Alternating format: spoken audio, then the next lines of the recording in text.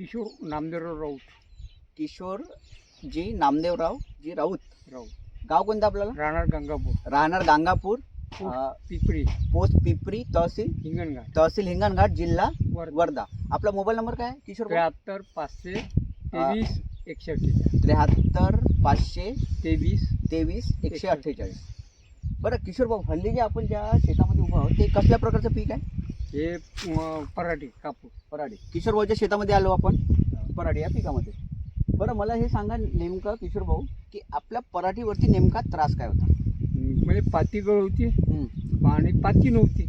अच्छा, म्हणजे पाती गळ होती आणि पाती नव्हती. तर पाती म्हणजे पावसामुळे पूर्ण गाळ झाली होती. हो.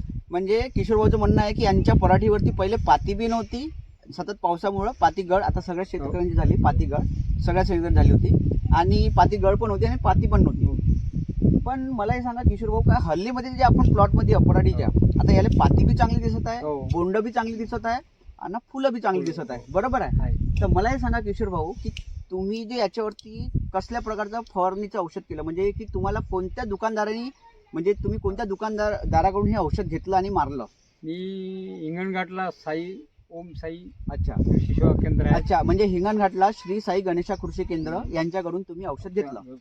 अच्छा, तर फवारणी केल्यानंतर मला हे सांगा, त्यांनी जे तुम्हाला औषध दिलं त्याच्यानंतर तुम्ही फवारणी केल्यानंतर तुम्हाला काय चांगलेपणा वाटला? नाही याच्यात म्हणजे आता पात्या आल्या आहेत. अच्छा, म्हणजे पाती नव्हती, पाती आली. साई गणेशावाल्याने तुम्हाला औषध दिलं त्याच्यामध्ये पाती आली. अच्छा, अजून पाती आली आणि आता बोंड थोडे दिसून राहिले. अच्छा, म्हणजे पहिले बोंड पण नव्हते? बोंड नव्हते, दोन तीन बोंड होते. अच्छा अच्छा. आता हे पातीची सिरीज चांगली आली, पाती गळ नाही होऊन राहिली. अच्छा अच्छा. आणि त्याच्यामुळे मला असं वाटलं की पुन्हा एकदा मारावं की काय अशा प्रकारचं. म्हणजे श्री साई गणेशा कृषी केंद्राकडून तुम्ही औषध घेतलं, त्यांनी तुम्हाला फवारणीचं औषध दिलं.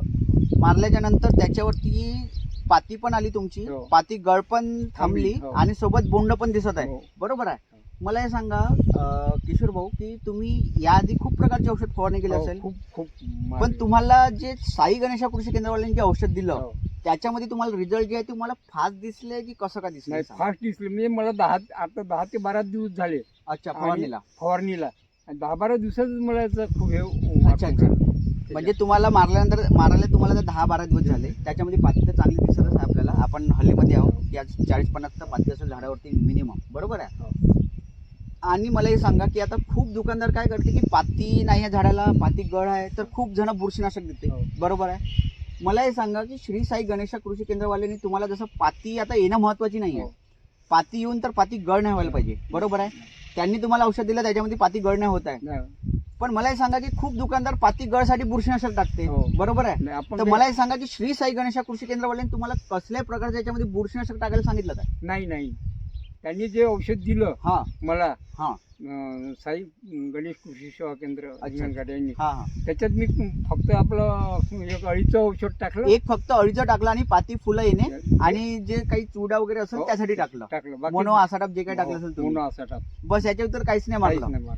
म्हणजे तुमचं असं म्हणणं आहे की साई गणेशावाले जे औषध देत असतात त्याच्यामध्ये कसल्या प्रकारे बुरशीना टाकायची गरज नाही. आणि 18 म्हणजे 10 प्रकारचे औषधं देत नाही. जसं खूप शेतकरी येऊन म्हणतात की भाऊ आम्हाला आमच्याकडे दुकानदार 7-7, 5-5 प्रकारचे औषधं देतात, हे मारा ते मारा, तरी पण रिझल्ट भेटत नाही. तर मला हे सांगा किशोर भाऊ की तुम्हाला जे रिझल्ट आहे ते एकदम म्हणजे फास्ट भेटले ना?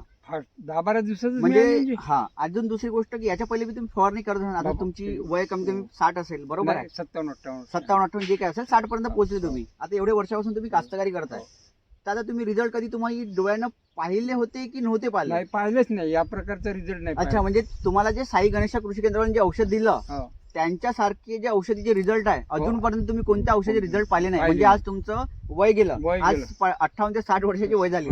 ठीक आहे.